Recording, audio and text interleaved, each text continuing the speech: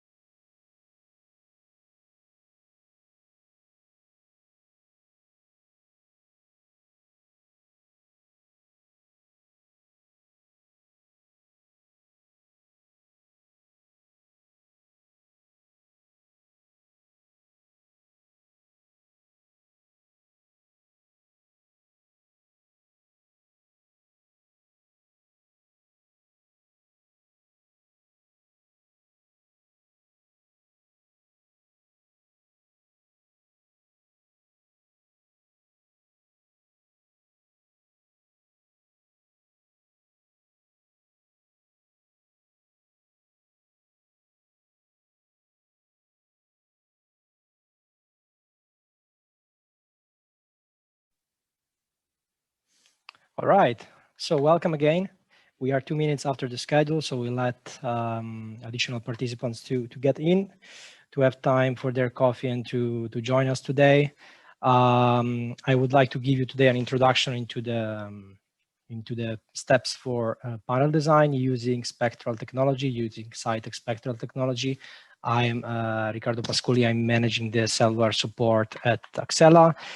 And I will start with a brief introduction into technology and unique features. For some of you might be already known, but for someone else, it could be new. So I just want to start with that before going into the discussion of panel design.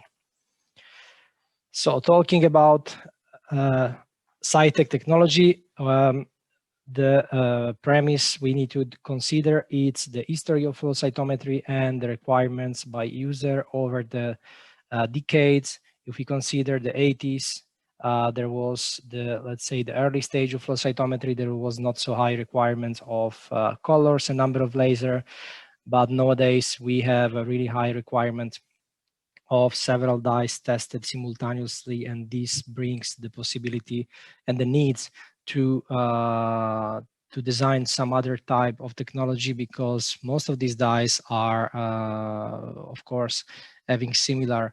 A lot of these dyes have a similar emission wavelength, and they tend to overlap if we use the conventional detector and conventional filters. How to overcome this issue at Cytek? They decided to design, in fact, a unique type of optical design, especially in the detection path. You all know how the flow cytometer work, the conventional one. So the hydrodynamic focusing, single stream of cells, interrogation point, and the issue which I was just discussing stays in the detection module, because the filters here, the emission filter, are large, that do not allow the possibility to separate very close emission dye with a high overlap.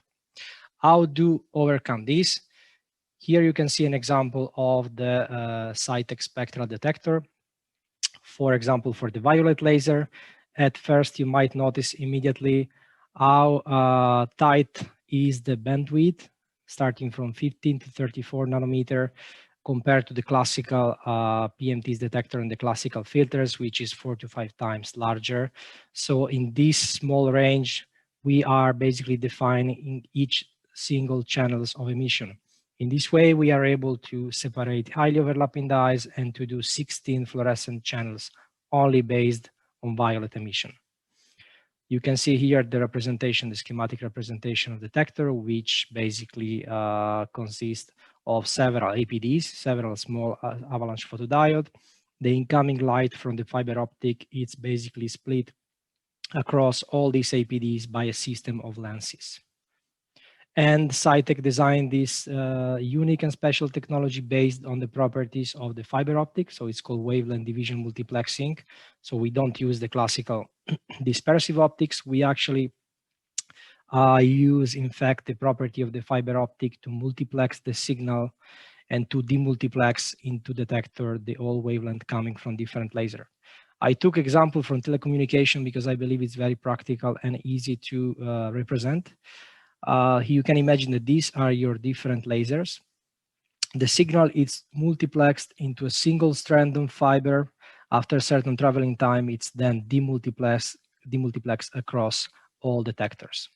Okay, and how does it look like? The optical design, so the lasers are specially separated. There are mirrors which are redirecting the light to the flow cell. So this is the interrogation point. And as mentioned previously, the signal coming from several wavelengths, it's in this case 3 wavelengths, is multiplexed into a single strand of fiber and demultiplexed to the respective detector module.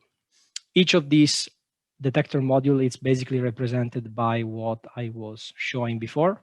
So the fiber optic with the incoming light comes into the first detector, and then the light is dispersed across all these small APDs, avalanche photodiode, until the end of the detection line, depending, of course, by the number of lasers. Each laser has its own dedicated detector, and we don't need to bother ourselves to exchange optical filters. The optic is fixed, it's ready to use, and we also have at the same time available 2 side scatter, in this case, coming from violet and coming from blue excitation. Here we can see an example of, let's say, the medium configuration, the 3 laser system,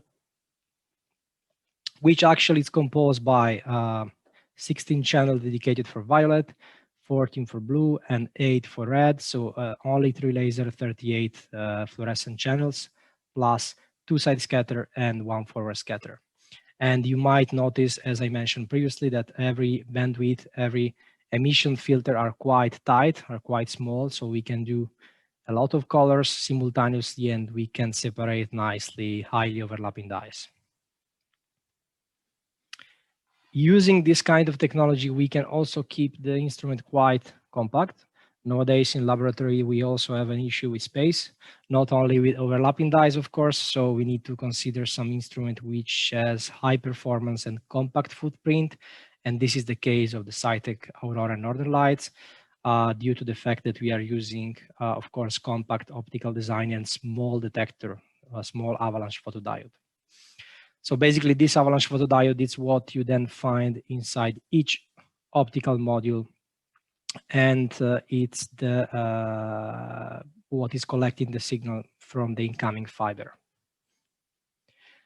So what is the output? Which is the example of the output that we see from this special unique spectral detection? Here you can see figure-3 emission. So the lasers are exciting the fluorochrome of interest in this case. So all lasers are scattering the cells, and the emission is represented very nicely by so-called spectral plot. You can see on the x-axis the different detectors, so 1 for each laser. On the y-axis, you see the intensity, the MFI in a logarithmic scale. So we work on quite high digital resolution, 22-bit 7-log scale. So we have a nice large window of observation of our data. We can fit nicely all our very weak and very bright results on scale without adjusting the gain constantly. And what you see here, basically, it's actually the profile or so-called spectral signature of P or figure-3, and each of these basically represent one histogram which shows the density of the signal, and you could imagine this like a small histogram. Each of those could be represented like a small histogram. So this is our output.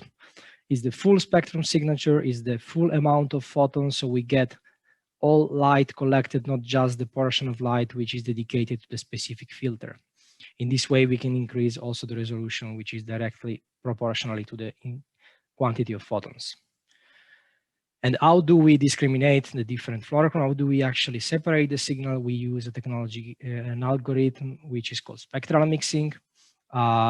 The spectral mixing, practically speaking, has a lot of similarity with the compensation, but comes with more accurate results, mathematically speaking. It's an algorithm which is already decades available. And the idea is that, as I've been trusting until now the compensation, I believe the unmixing, it's also a very valid and robust algorithm, which basically I use to discriminate fluorochrome in a slightly different way. Because here you can imagine that this is your fluorochrome, your P, and these are your different detector. So you want to find the best fitting channel, because potentially P is emitting in many channels, but which is the best fitting? You can see that the algorithm is determining B5, and the same, basically, the linear mixing is determining which is the best fitting of this peg into the holes. I hope this example it's quite explanatory for you, because I find this quite practical and also easy to understand. But so far, what we are doing, practically speaking, is that we are assigning the photons to the right channel. Nothing else more complex. So practically speaking, it's the same workflow as the compensation. We are going to use single color control and mixed, same as you do when you prepare your compensation matrix, but the unmixing, it's mathematically more accurate because we work on rectangular matrix compared to the compensation, which is working on a square matrix. So the example is when you are mixing fits and PE, you have some certain spillover. So what the compensation is doing is correcting your signal, assigning the fits emission to the fits detector and PE to the PE detector. So it's a one-to-one correlation, one fluorochrome to one detector. What we do with the unmixing, we do a more complex and more accurate algorithm, which basically assign, in this case, with the 5 laser instrument, we have up to 64 data points, 64 fluorescent channels. So we work on one fluorochrome up to 64 data point, which is definitely bringing to higher mathematical accuracy.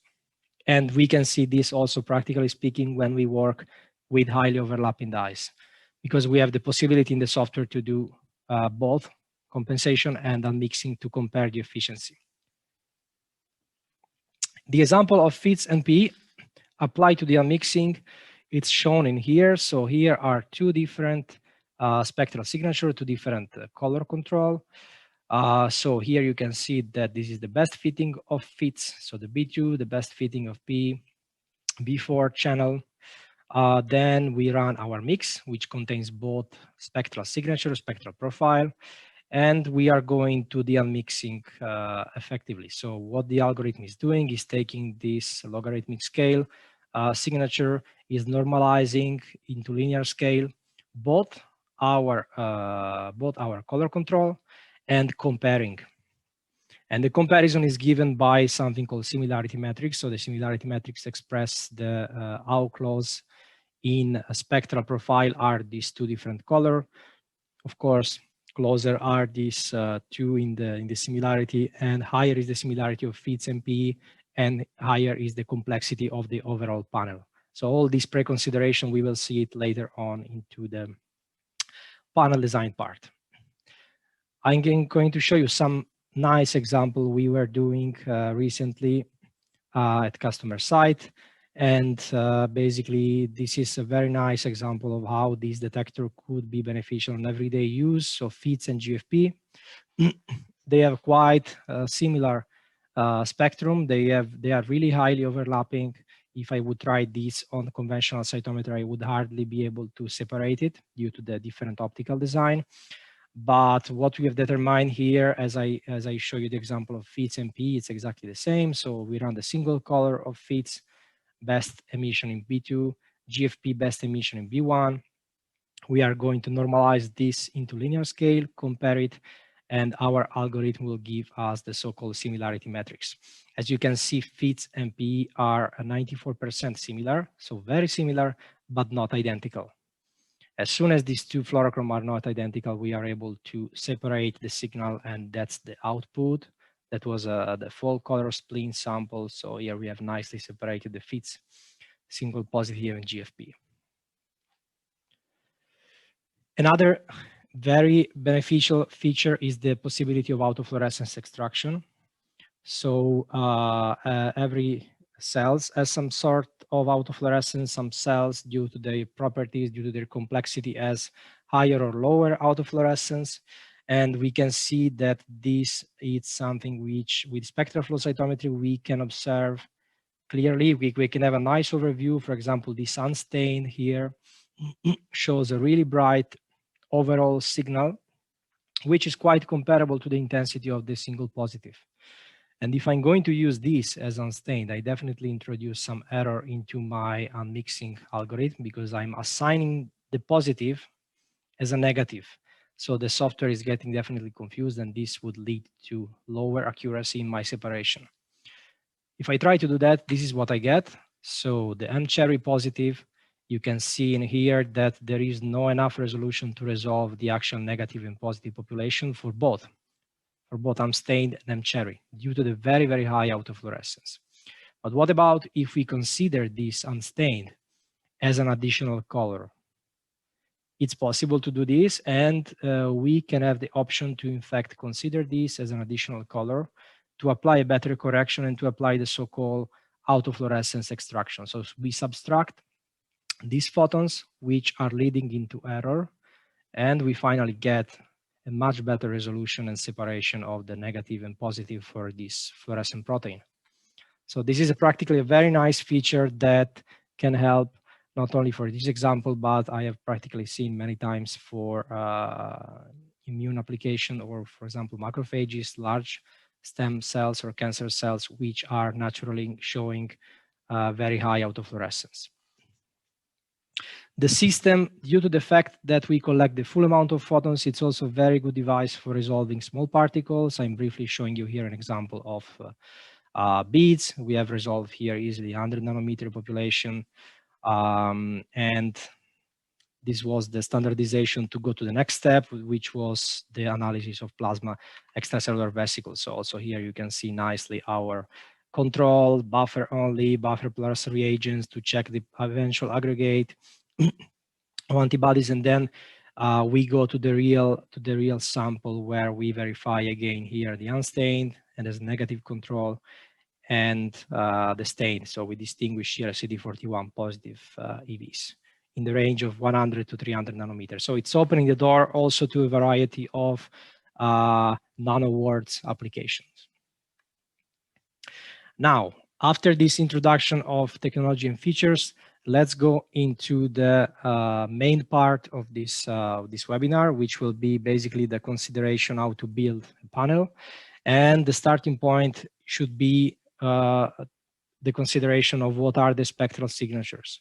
So when we are observing data in spectral flow cytometry, we generate something called unique spectral signature for each fluorochrome. So each fluorochrome, due to their different properties, they are showing a different spectral profile, and we call it spectral signatures.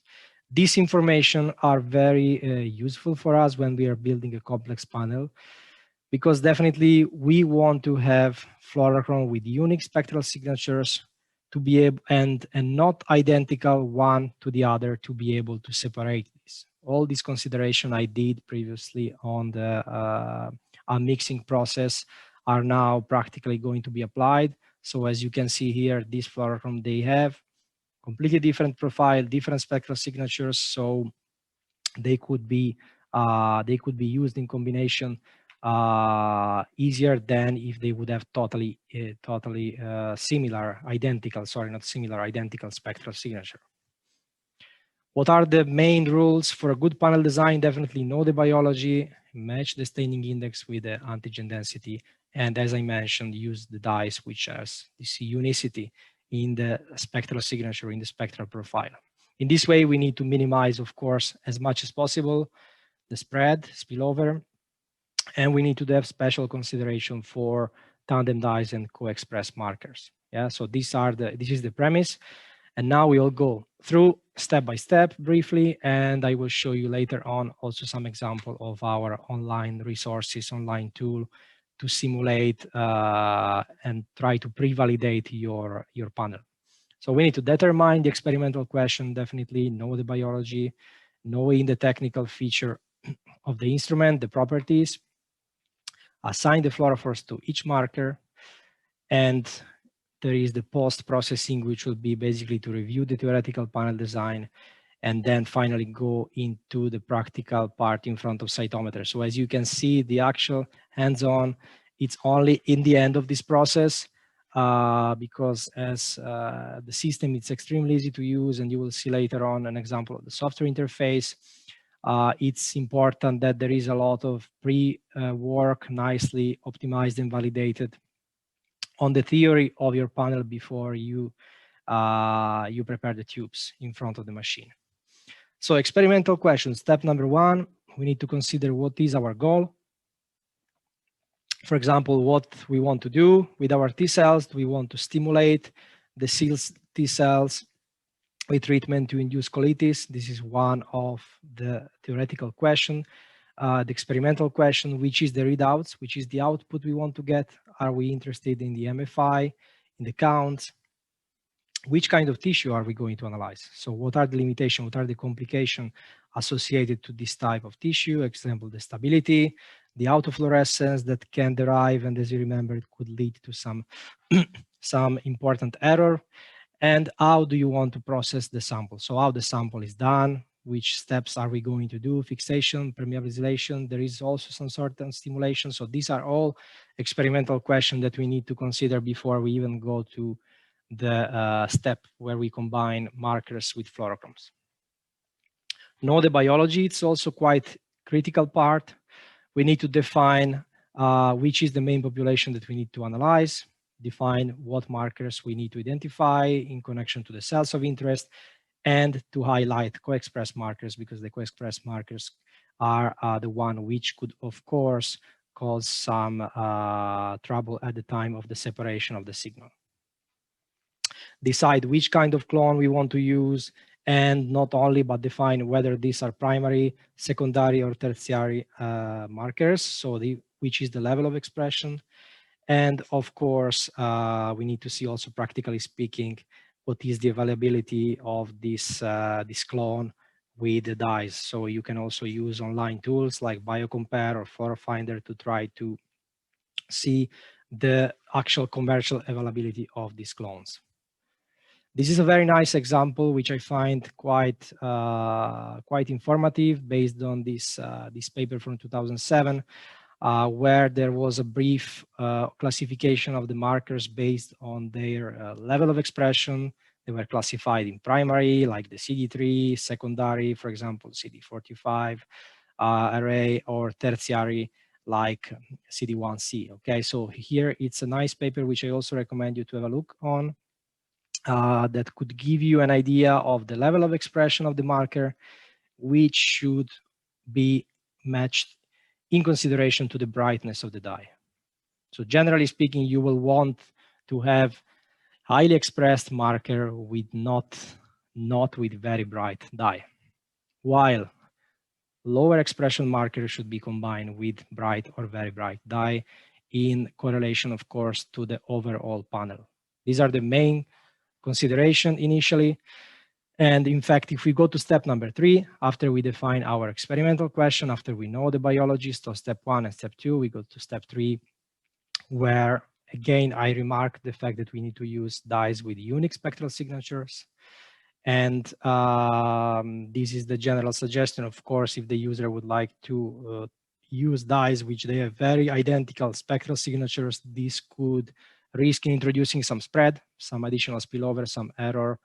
And as alternative, at least don't use this very identical spectral signature with marker that are co-expressed, because this could add an additional complexity into your panel design. And there is a very nice example of the spectral signatures done by Cytek. There was a lot of internal work done by Cytek using their CD4 kit to define the actual spectral signature of the dyes. So this is a very nice tool that we will check shortly to try to simulate how the panel, your theoretical panel would look like, and which would be the similarity of each fluorochrome versus the other, and the global complexity of your panel. So the fourth step is assign fluorophore to each marker. And again, consider to match fluorophore with brightness of the fluorochrome with antigen expression. So to try to avoid a combination of very highly expressed marker with very bright dye. And take in consideration, of course, the co-expressed marker and also the tandem dyes, which could bring additional complexity in the overall panel. So in this case, there is a very nice possibility to create your own table, the cross-stain index matrix, and determine the so-called spreading error when you are determining when you are building up the panel. Here you can see the example of the spreading matrix in between different fluorochrome in this panel. So here, basically, where you see the strongest intensity of the signal are the combination of dyes which the user should take in consideration, should take into account when doing analysis, because this might lead to higher spreading. Higher spillover is leading to higher spreading when doing data analysis. Okay, so overall, for this really large panel, I have to say that it's really nice, the possibility, it's impressive, the possibility of separation using the spectral technology. And this is also another table nice for your homework when you are theoretically designing the panel. This was done based on the 3-laser system, which I was just discussing previously with you. So 38 fluorescent channels. And basically, it's structured to represent all detectors of the 3-laser Aurora. So the user have 16 colors available into the violet, 14 into the blue, and 8 into the red. And a user can basically use this table to try to design and combine fluorophore with markers, considering also which cells type you are going to use. And that's a very nice pre-stage stage of the pre-validation. So again, another consideration while you are going to assign fluorophore to each marker is to assign your very, very weakly expressed marker to the fluorophore, which are, of course, for sure available. And there is a very nice example here of Spectrum Viewer and Spectrophoto Experimental Builder. So I would like to start with you shortly this interactive session. At first, I'm going to go to the full spectrum viewer. Okay. So this is a really nice online tool that user can use to build up example of panel. And I'm taking here as example this, let's call it easy panel done with a 1-laser instrument, where we have, in this case, 14 channels available. And we have Cytek have validated a nice 9 antibodies in one tube panel just with one laser. Yeah, so I'm going to try how is it the fluorochrome combination. So I'm going back here, and I type. In this case, I have 1 laser, 14 colors. So the system, it's also it's also filtering out the fluorochrome depending by the configuration that we are going to use.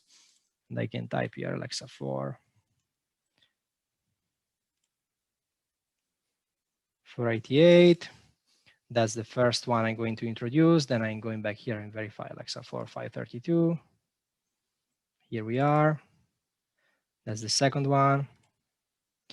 Then we have the P. Okay, I will just reduce a little bit this.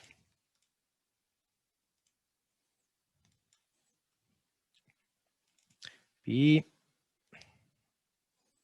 Okay, and again we have the P dazzle, which is also here. Okay, PCY5.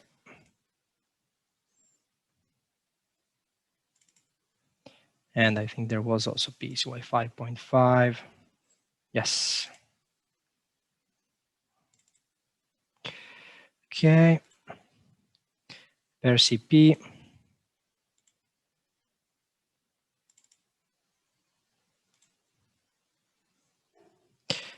Okay, brilliant blue, which is quite new, also dye. BB700.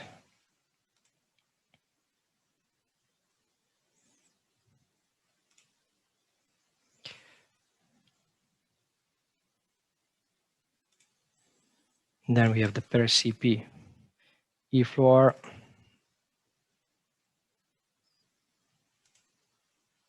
And the PCY7, which is the last one. Okay, so that's, in this case, our, yeah, I think, let me check. There is some extra one. It's our panel, and what I can do in here, I can verify same feature like you would do when you build your panel using the spectral flow. So I can verify the similarity and the complexity. And yeah, there is a little error, of course, but overall, yeah, there is an extra marker in here. But overall, what you can check here is the different complexity and the similarity of the dyes. For example, per CP CY7 and P CY7 CY5.5. Sorry, they are very similar. And then you can consider what is basically your similarity and your complexity based on this combination of the dyes. The next step is to go to the actual software. So this is the second tool, which is called Spectrophoto Experimental Builder. And here you can do the same step. You can define your different fluorochrome. So you can write, for example, here I will just do now. Yeah, they are already in here, actually. Yes, they are remembered by the history. So I have added the same tag as we were checking previously. So 9 tags. I go to next step, and I define my my reference group. And basically, when I'm going to define my reference group, I can tell to the software whether I'm interested in one negative only, or I need to define additional unstained, because when we were discussing about the autofluorescence, there is also needs to define the difference autofluorescence of different cell type. There are situations where we need to match the autofluorescence of the negative with the unstained. Yeah, so if you have some population of cells which has defined autofluorescence, like macrophages has different autofluorescence, the lymphocytes, you can use not only, for example, your PBNCs as unstained, but you can define as many negative control as you wish. So here I can say that this would be my autofluorescence coming from the macrophages, and I'm able to define here for this specific sample that I want to use this as a negative control, or I want to use my conventional PBNCs. Third option is that I already have negative in my single color control, so there is no need for me to define any additional unstained, because the software, the system is able to find my negative events into the tube where I have also the positive. So there are a lot of different options, and this is a really nice tool together with the spectrum viewer to actually be able to build up theoretically your panel, how it looks like in terms of complexity, in terms of similarity, and that's kind of simulation of the software interface Spectroflow, which you will find when you work in front of the instrument. The last step is basically your marker definition. So you go through, you define according to the panel which kind of marker you want to assign. So here I have already written Alexa Fluor 488, CD45, Alexa Fluor 532, CD3, and so on. It's really easy for the user to go through and to define all the markers.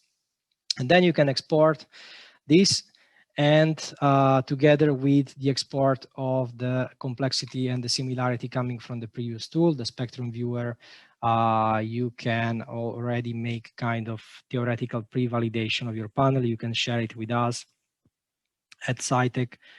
They will give kind of preview on the possibility and on the eventual change that we might suggest on this panel. So there are a lot of tools, even without before having the instrument on your hands, before touching the device, to make a lot of pre-validation before you really consider to order the antibodies. Okay, let's go back to our, sorry, but this it's skipping. So I'm going to go back to my previous slide. So we were at the stage where we were discussing our panel design.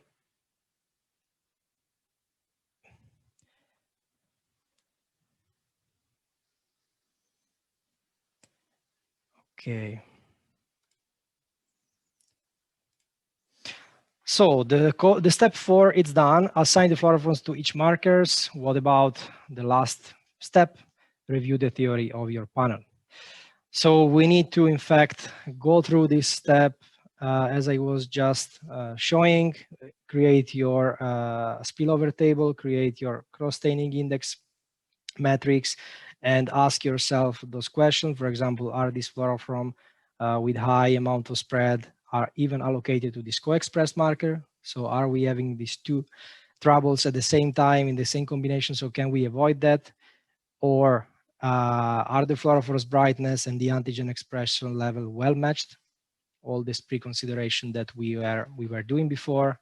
So these are quite important questions that that user has to ask himself or herself once you have designed your combination. And as a time consideration, as a last conclusion here, of course, I would do like week 1 panel design, antibody ordering. The week 2, you will do all your validation, titrations, define your single stain control, define your spectral signatures, and check the similarity, and if you need also the fluorescence -1. And the third week will be basically the repetition to check the actual reproducibility of the panel in front of the instrument again. There is always some question whether to use beads or cells as controls. That's also a very good point to take in consideration, because here we work with spectral signatures. And of course, we need to make sure that the autofluorescence of the negative control is matching the autofluorescence of the sample.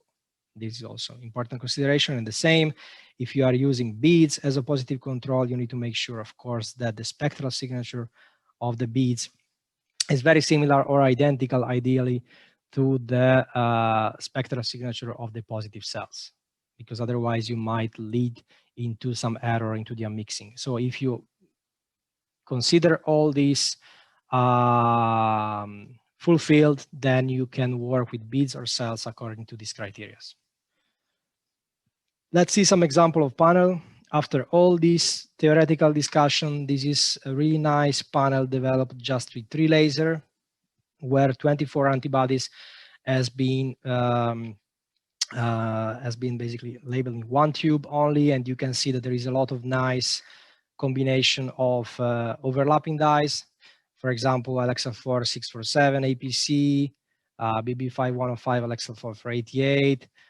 So if you would try to run this panel, of course, in a conventional cytometry, we would not overcome the issue of the overlap. The clear example is the Alexaflor 647 with the APC, which is quite challenging to separate because they would fall in the same filter. Yeah, so this is a really nice, it's a gold standard panel, which many users which are starting with a 3 laser instrument, they also like to consider as a starting point, and then they might apply some changes. So I recommend this as a starting point. Cytek scientists made a lot of work on that. And going further, the 5 laser instrument can offer even more. So you can see the example here. Again, 2 side scatter available at the same time. And in this case, there are 64 fluorescent channels. Each of the bandwidth are quite narrow, quite tight.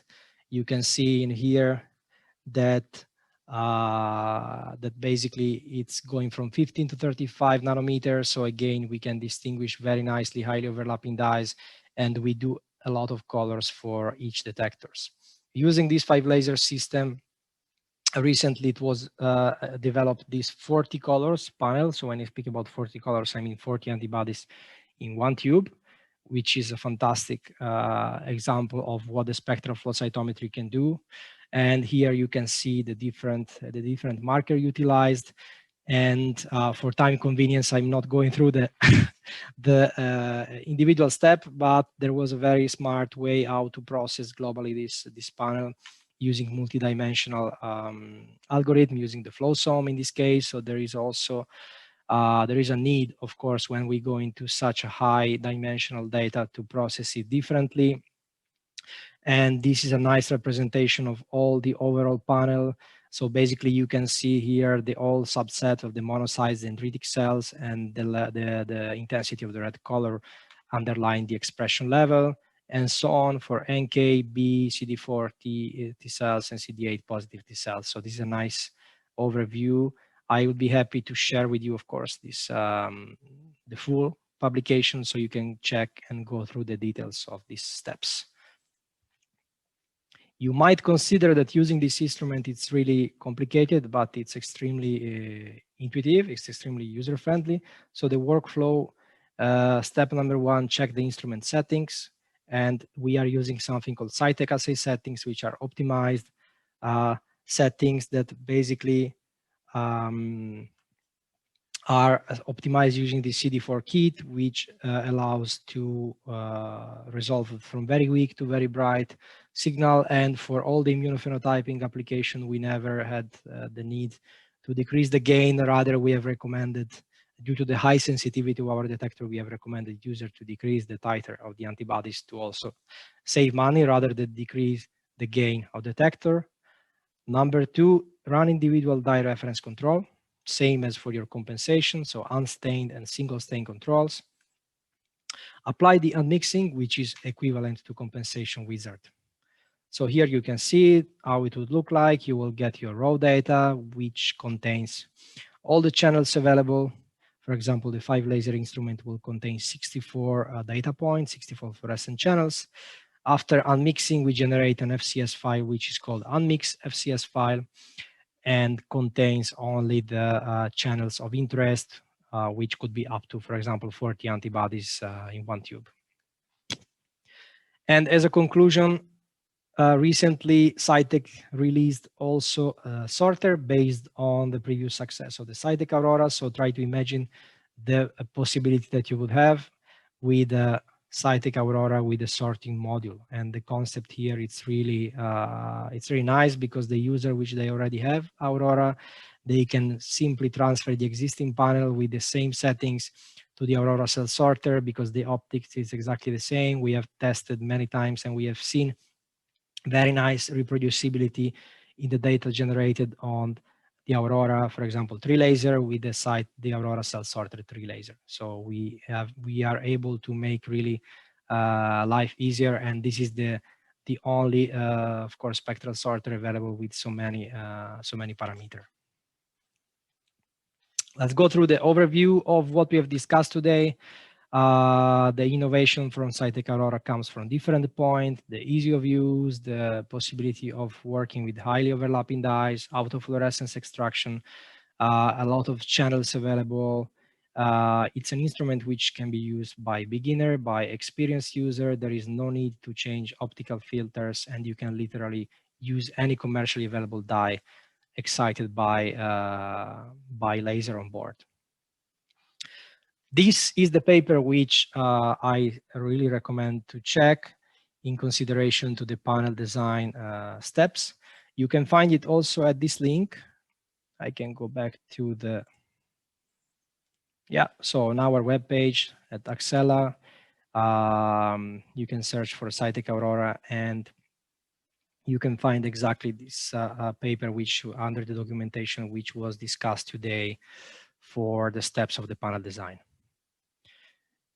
And basically, we are close to the end of the presentation. So once again, this is a very nice paper. So go through, take your time to read it. So I would like to thank you for your attention, and I'm happy for any questions.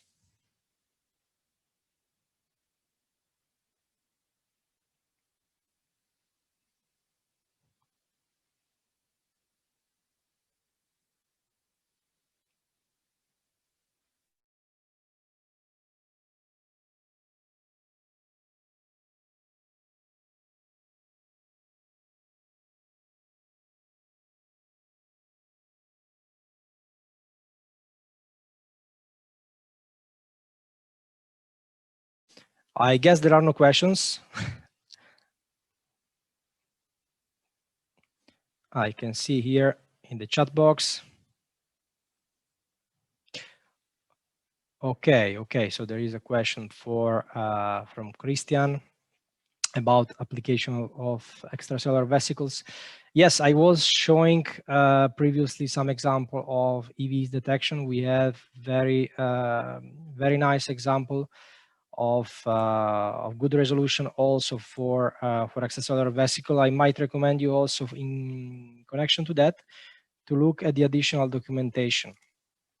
This was a paper which was was presented at CITO, and we are comparing here the results, of course, coming initially from beads for size optimization, and then we jumped into the EVs, into virus. We have a lot of nice results on virus, liposomes, and EVs, and we have found that, of course, the possibility of acquiring the full amount of photons, it's also leading to very high resolution. Also, in connection to the small particles. Additionally, having two side scatter available at the same time, it's really offering a nice flexibility for size discrimination based on the scattered light. Because in other instrument, if you want to switch in between from blue side scatter to violet side scatter, you are required to exchange optical filters. Here we have two side scatter available at the same time. Usually the violet is better for discrimination of small particles, but the user can decide also to use blue, depending by, of course, the refractive index of the small particles of interest. So this is a really nice paper. Christian, I would recommend you to have a look on that. Okay, more questions?